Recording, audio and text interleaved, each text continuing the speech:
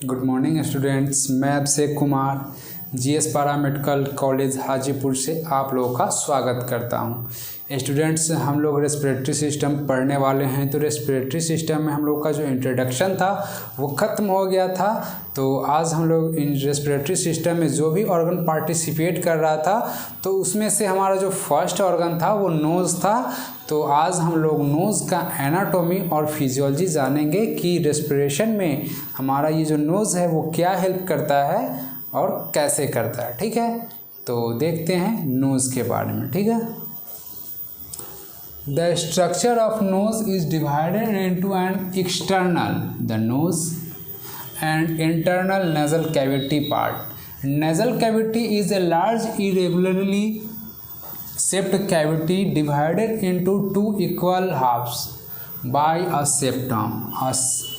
A perpendicular plate of ethmoid and vomer bones form the posterior bony part of the septum, while anterior part is formed by hyaline cartilage.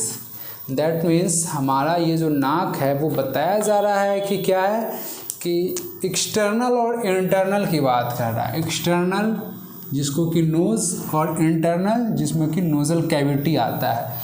External that means बाहरी, internal that means आंतरिक होता है। तो nose जब हम बाहर से देखते हैं तो हमको नोज़ दिखाई देता है जो कि एक संरचना दिखाई देता है। ठीक है, तो हम इस प्रकार से आगे भी पढ़ेंगे कि हमारा जो नोज़ है वो कहाँ पे है। ठीक है, तो ये जो हम जो बाहर से दिख रहा है वो नोज़ हुआ, और अगर इंटरनल की बात की जाए तो वो हो जाता है नज़ल कैविटी आ जाता है, जो कि दो होता है ना। इस प्रकार से ऐसा नोजल कैविटी होता है जो कि एक डिवाइड किया जाता है और आगे जाके नोस्ट्रिल में होता है। ठीक है, तो इसमें यही बताया जा रहा है कि इंटरनल जो हो गया वो नोजल कैविटी हो गया। अब नोजल कैविटी क्या है, नोजल कैविटी जो है वो क्या है उसके बारे में देखते हैं। ये क्या है, nozzle cavity is a large irregularly shaped cavity. That means nozzle cavity है वो एक प्रकार का गुहा है, लार्ज है और इरेगुलर। दैट मीन्स उसका जो शेप है वो समान नहीं होता है, किसी में ज़्यादा होता है किसी में। दैट मीन्स कोई भी एक इस प्रकार का नोजल कैविटी है मान लिया जाए तो क्या है, किसी में छोटा होगा किसी में बड़ा होता है। नाक जो होता है वो सब में डिफरेंट होता है, करने का यही मतलब है। और नाक जब डिफरेंट हो जाएगा, किसी का नाक बड़ा है छोटा है, तो उसका जो नोजल कैविटी होगा वो भी डिफरेंट टाइप्स का हो जाएगा। ठीक है, तो यही बताया जा रहा है कि ये जो नेजल कैविटी है वो लार्ज शेप्ड का होता है और इरेगुलर शेप्ड का होता है, जिसका कि कोई शेप जो है वो सेम नहीं होता है। ठीक है, और divided into two equal halves. That means हमारा ये जो नोजल कैविटी हो गया, नोज इस प्रकार से हमारा दिख रहा है। अब क्या होता है कि ये हो गया हमारा नोजल कैविटी। अब नोजल कैविटी है वो लार्ज शेप का है, इरेगुलर शेप का है, जिसका कि शेप जो है वो समान नहीं होता है। ठीक है, तो इसमें बताया जा रहा है कि ये जो इक्वल हाफ में डिवाइड किया गया है, इक्वल हाफ में डिवाइड किया गया है। तो ये जो डिवाइड किया गया है वो किया गया है सेप्टम के द्वारा। ये जो डिवाइड किया गया है वो सेप्टम के द्वारा किया गया है। यहाँ पे ये दिखा रहा है कि हाफ्स बाय सेप्टम, सेप्टम के द्वारा डिवाइड किया गया है। ठीक है, हमारा जो नोजल कैविटी है उसको दो इक्वल भागों में विभाजित किया गया है। तो किसके द्वारा किया गया, सेप्टम के द्वारा।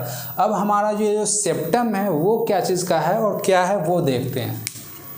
A perpendicular plate of ethmoid and vomer bones form the posterior bony part of the septum. That means हमारा ये क्या है, सेप्टम जो है वो परपेंडिकुलर प्लेट है।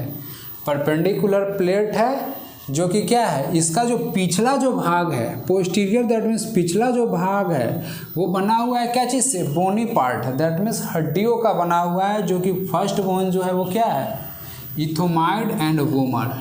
एक हो जाता है इथोमाइड, एक हो जाता है वोमर बोन। दैट मीन्स हमारा ये जो सेप्टम है जो कि क्या किया है, नोज को, नोजल कैविटी को दो इक्वल भागों में विभाजित किया है। और ये जो विभाजित किया गया है सेप्टम है, और सेप्टम जो बना हुआ है वो इथोमाइड एंड वोमर बोन से बना हुआ है क्या चीज़, जो कि सेप्टम का पीछे वाला हिस्सा है। ठीक है, फिर आगे बताया था while interior part is formed by hyaline cartilage. That means ये जो हो गया वो क्या हो गया, इथोमाइड एंड वोमर बोन का जो पीछे वाला भाग है वो बना हुआ है सेप्टम, और आगे वाला जो है वो हाइलिन कार्टिलेज का बना हुआ है। हाइलिन कार्टिलेज का मतलब क्या होता है? लचीला या कमज़ोर हड्डी, लचीला या कमज़ोर हड्डी। तभी तो किसी का नाक होता है कि आगे से एक कमज़ोर हड्डी का बना होता है जो कि हल्का सा मूव करता है, ठीक है। तो ये रहा नोजल कैविटी और सेप्टम। फिर आगे देखते हैं, nose is an bony and cartilaginous structure. Its bony part is made up of the frontal, nasal and maxillary bones. Structure of nose is found at the centre of face. About 10 to 100 million receptors are present in the nose for olfaction, carried in an area known as olfactory epithelium. That means यहाँ पे बताया जा रहा है कि हमारा जो nose है पूर्ण रूप से क्या है? नोज़ जो है वो क्या चीज़ से?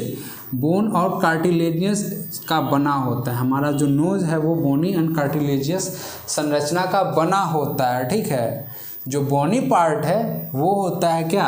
Frontal, nasal and maxillary bones. Frontal and nasal and maxillary bones, ये जो तीन होता है वो बोनी होता है।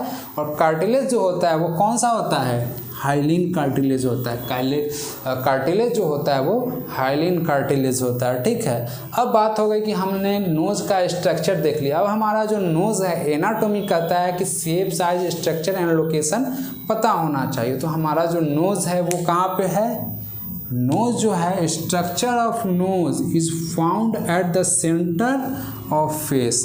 दैट मीन्स हमारा ये जो नाक का जो संरचना है वो हमारा जो फेस होता है, चेहरों को बीच में पाया जाता है। ये हमारा जो नाक है वो सेंटर ऑफ द फेस होता है। अगर फेस है तो फेस के जो बीच होगा ना वो सेंटर होगा, वो यहाँ पे हमारा जो नोज़ है वो पाया जाता है, ठीक है।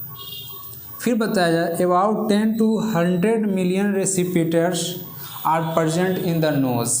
दैट मीन्स हमारा ये जो नाक है वो क्या होता है कि हम लोग सेंस ऑर्गन पढ़े थे, तो सेंस ऑर्गन में हम लोगों को नोज़ भी आता था जो क्या चीज़ का सेंस कराता था? स्मेल का सेंस करा था। वो हम लोगों ने नहीं पढ़ा था क्योंकि हम लोगों को जानना था कि ये रेस्पिरेटरी सिस्टम है, उसमें हम लोग को पढ़ना है, ठीक है। तो यहाँ पे ये बताया जा रहा है कि नोज़ जो होता है उसमें 10 से 100 मिलियन रेसिपिटर्स होता है। क्या होता है? रेसिपिटर्स होता है किसका? ऑल्फैक्टरी एपिथेलियम का। यही जो होता है, इसी के कारण जो होता है वो हम लोग सेंस कर पाते हैं किसका? स्मेल का सेंस कर पाते हैं। स्मेल का सेंस कर पाते हैं, उसका जो रीज़न है वो ऑल्फैक्टरी एपिथेलियम है। इसी के कारण हम लोग जो सेंस कर पाते हैं वो इसके द्वारा कर पाते हैं, ठीक है।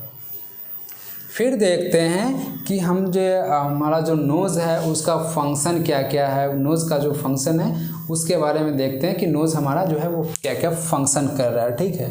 Function of nose, nose performs following function. That means हमारा जो नोज़ है वो निम्न प्रकार का फंक्शन है, क्रिया है वो कर रहा है। वो उसमें से कौन सा है? फर्स्ट जो है वो स्मेल का है। The smell sense is accommodated by the nose due to the presence of special neuroepithelium, ठीक है। दैट मीन्स ये जो हमारा नोज से जो होता है वो स्मेल का सेंस होता है। रीज़न क्या है कि एक स्पेशल प्रकार का क्या होता है? न्यूरोएपिथेलियम होता है, जो कि कौन सा होता है? ऑल्फैक्टरी एपिथेलियम होता है। इसी के कारण हम लोग को सेंस का ज्ञान हो पाता है, ठीक है। Anosmia is a condition of no sense of smell. That means यह एक कंडीशन है जिसमें कि क्या होता है कि किसी को स्मेल का नहीं होता है, स्मेल का जो सेंस होता है वो नहीं होता है। तो उस कंडीशन को क्या बोलते हैं? एनोसीमिया बोलते हैं। एनोसीमिया बोलते हैं। अगर किसी को स्मेल का सेंस नहीं हो पा रहा है तो उसको एनोसीमिया बोला जाएगा, ठीक है। तो हमारा जो नोज़ है, नोज़ का जो हमारा फर्स्ट फंक्शन हो गया वो क्या हो गया? स्मेल का। अब सेकेंड देखते हैं, रेस्पिरेशन। दैट मीन्स क्या है? ये श्वसन में भी हेल्प करता है, ठीक है। It is a primary function of nose. That means nose का जो प्राथमिक काम है वो क्या है? नोज़ का जो प्राथमिक काम है वो क्या है? हमको रेस्पिरेशन में हेल्प करता है। रेस्पिरेशन का जो है क्रिया होता है वो फर्स्ट जो है वो नोज ही है, ठीक है। फिर आगे देखते हैं कि क्या करता है ये। Detoxification, the nasal mucous membrane secretes the viscous mucus that help to intercept and exclude solid matter such as dust, bacteria, pollen virus, etc. present in the air inhaled by human beings. That means ये क्या करता है, हमारा जो nose है वो detoxification का भी काम करता है। दैट मीन्स विषहरण का काम करता है। वो कैसे कि अगर हमारा जो नोज़ल कैविटी है, नोज स्ट्रील होता है, तो उसके माध्यम से अगर हम एयर को इनहेल कर रहे हैं तो उसमें जो हमारा जो बैक्टीरिया है, डस्ट है, वो सब अगर हमारा अंदर चला जाएगा तो वो एक पॉइजन का ही काम करेगा, जिससे कि क्या होगा, हमारा जो नोज़ल कैविटी है या फिर उसमें नोज़ में इन्फ्लामेशन हो जाएगा, ठीक है। तो ये सब को होता है वो रोकता है। कैसे रोकता है वो देखते हैं। द नेज़ल म्यूकस मेम्ब्रेन, नाक का जो होता है उसमें क्या होता है, म्यूकस मेम्ब्रेन होता है, सिल्समा झिल्ली होता है, जो क्या करता है वो सिल्समा म्यूकस का जो होता है ना वो परत स्त्राव करता है। म्यूकस का जो परत होता है उसको स्त्राव करता है, और करता है किस लिए, जो कि हेल्प किस में करता है, इंटरसेप्ट करता है, रोकता है और निकालता है किसको, सॉलिड मटेरियल, जैसा कि डस्ट हो गया, बैक्टीरिया हो गया, पॉलिन वायरस हो गया, etc. That means present in the air inhaled by the human beings. That means हम लोग जो सांस लेते हैं तो उसमें क्या होता है कि ऑक्सीजन लेना होता है। तो एयर जो होता है, एयर जो हम लोग इनहेल करते हैं तो उसमें बहुत सारा डस्ट, बैक्टीरिया ये सब होता है। तो क्या होता है कि ये जो हमारा नोजल कैविटी होता है उसमें म्यूकस मेम्ब्रेन होता है, सिल्समा झिल्ली होता है। ये क्या करता है, विस्कस म्यूकस को रिलीज करता है, सीक्रेट करता है। ये सीक्रेट करता है, विस्कस म्यूकस को सीक्रेट करता है, जिससे क्या होता है कि म्यूकस जो होता है वो चिपचिपा पदार्थ होता है।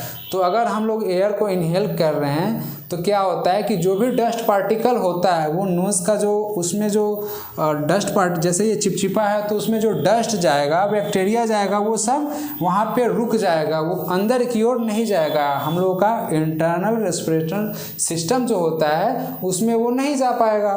तो क्या होगा कि हम लोगों को डिजीज़ कम होगा, या फिर हम लोगों को जो छींक आता है वो यहीं से आता है। जैसे कि हमारा नोज़ है, नोज स्ट्रील में हो गया कि ठीक है कि वहाँ पे बहुत सा जो होता है डस्ट पार्टिकल्स हो गया या फिर बैक्टीरिया, ये सब वहाँ पे आ गया। तो क्या होता है कि हम लोग जोर का छींक देते हैं, ताकि क्या होता है कि जो भी डस्ट पार्टिकल्स होता है वो बाहर निकल जाता है। इंटरनल रेस्पिरेटरी सिस्टम ऑर्गन्स है उसमें वो नहीं जा पाता है, ठीक है।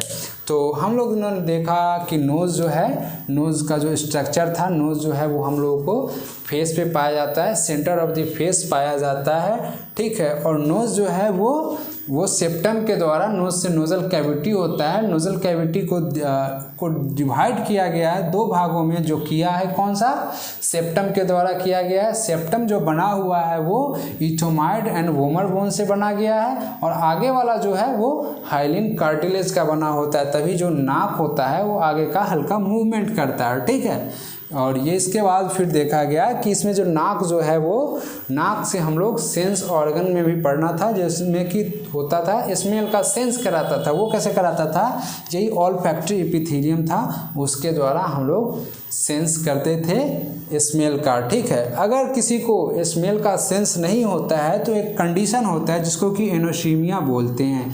एनोसीमिया एक जो कंडीशन होता है जिसमें कि सेंस नहीं होता है स्मेल का। फिर हम लोगों ने देखा कि हम लोगों का जो नोज़ है वो क्या क्या फंक्शन कर रहा है। फर्स्ट है स्मेल का, रेस्पिरेशन का, डिटॉक्सिफिकेशन का, और ये सब फंक्शन कर रहा है। और नोज़ का जो काम है वो हवा को ह्यूमिडिफाइड करता है, और हम लोग का जो एयर जो इनहेल करते हैं उसको मॉइस्चर करता है, ताकि हमारा जो लंग्स है वहाँ पे मॉइस्चर वाला एयर से जा सके, ठीक है। ये सब क्या है, एक पैसेज है, एक वे हो जाता है जो हमारा जो ऑर्गन है लंग्स, वहाँ पे एयर को पहुँचाने में, दैट मीन्स वहाँ पे पहुँचाता है। फिर वहीं पे जो होता है क्रिया होती है oxygen to carbon dioxide, carbon dioxide to oxygen, वहाँ पे ये लंग्स का जो एल्वेलाई होता है वहाँ पे होती है, ठीक है। तो नोज़ में आज इतना ही, फिर मिलेंगे अगले वीडियो को लेकर जो हमारा जो नेक्स्ट ऑर्गन होगा उसके बारे में, ठीक है। तो आज के लिए इतना ही काफ़ी है, ठीक है। Thank you.